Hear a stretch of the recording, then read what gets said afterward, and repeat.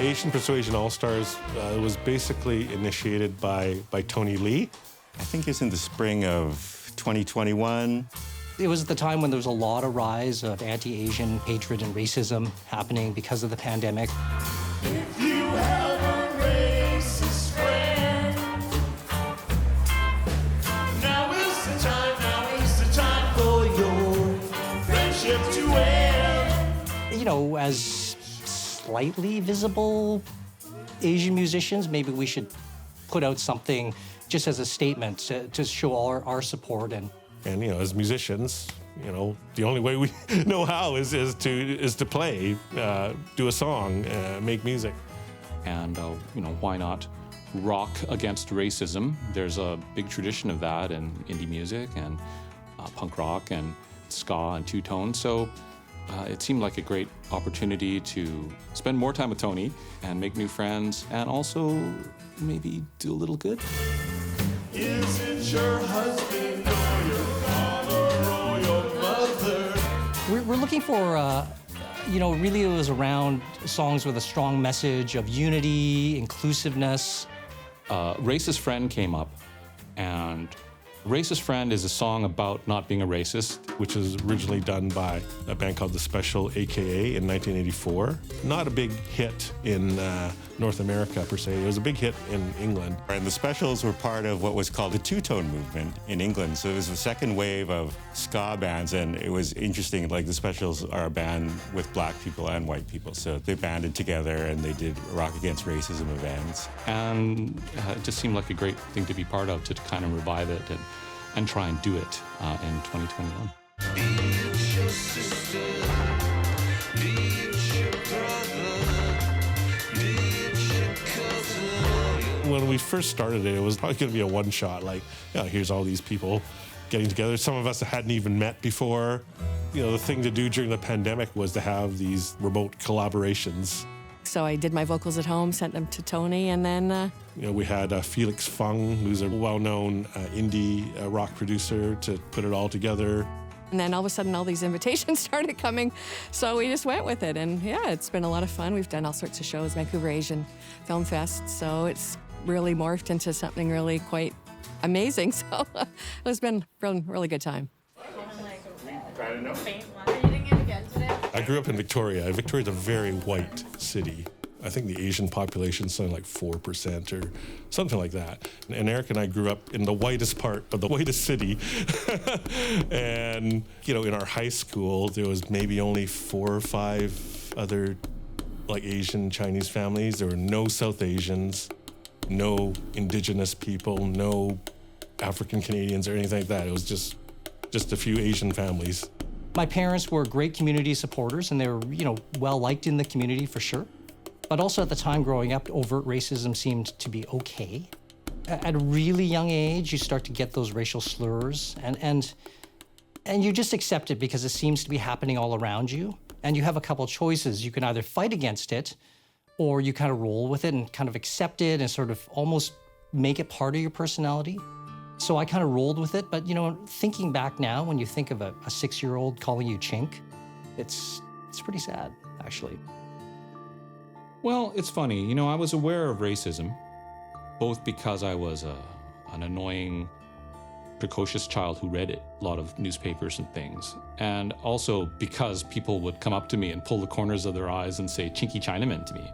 So, you know, in some ways we were kind of, you know, real outsiders. So there was a bit of a burgeoning punk scene in Victoria, indie rock scene. So we kind of gravitated toward that.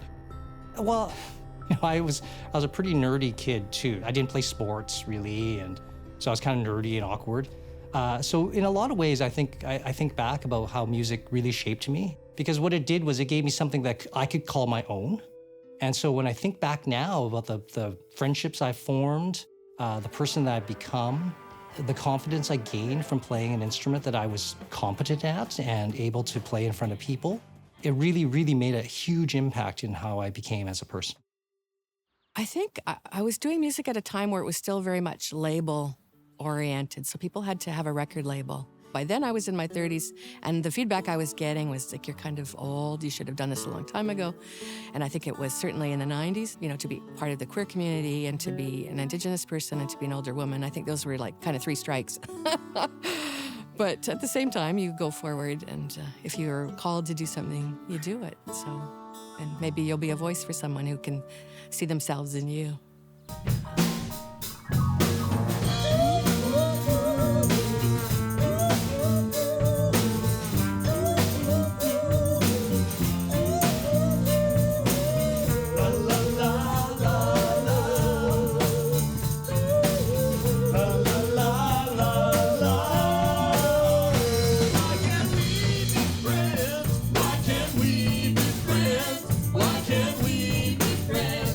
In terms of anti-Asian racism, be proud of yourself, be proud of your identity, be strong, really make people aware of any incidents that happen, make light of them.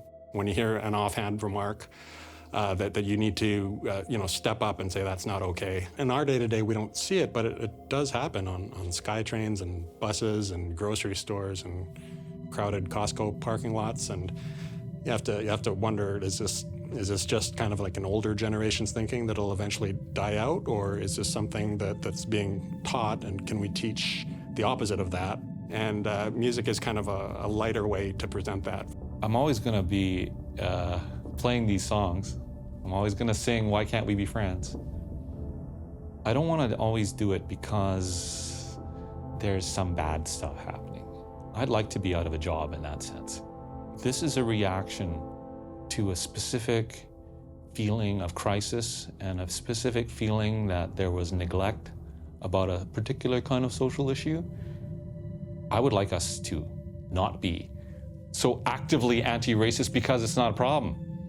But we're not there. And so in the meantime, I guess, if I have any message, is that we have to live together. And if we can't be friends, at least remember that we're bloody neighbors. You know, we depend on each other. I might not like your politics and you might not like mine, but we can tolerate each other. And we're gonna make this work, right? Because what choice do we have? Why can't we be friends? Why can't we be friends? Why can't we be friends? I mean, I hope we get to keep on playing, because I love playing with these people. I get great joy there. And I'd like to believe everyone else does too.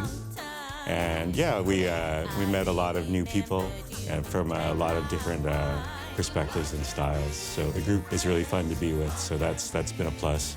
And that's our consolation prize for not ending racism. I seen you walking down in Chinatown. I called you, but you could not look around. Why can't we be friends? Why can't we be friends? Why can't we be friends? Why can't we be friends? I pay my money to the welfare line. I see you standing in it every time. Why can't we be friends? Why can't we be friends? Why can't we be friends? Why can't we be friends? The color of your skin don't matter to me, as long as we can live in harmony.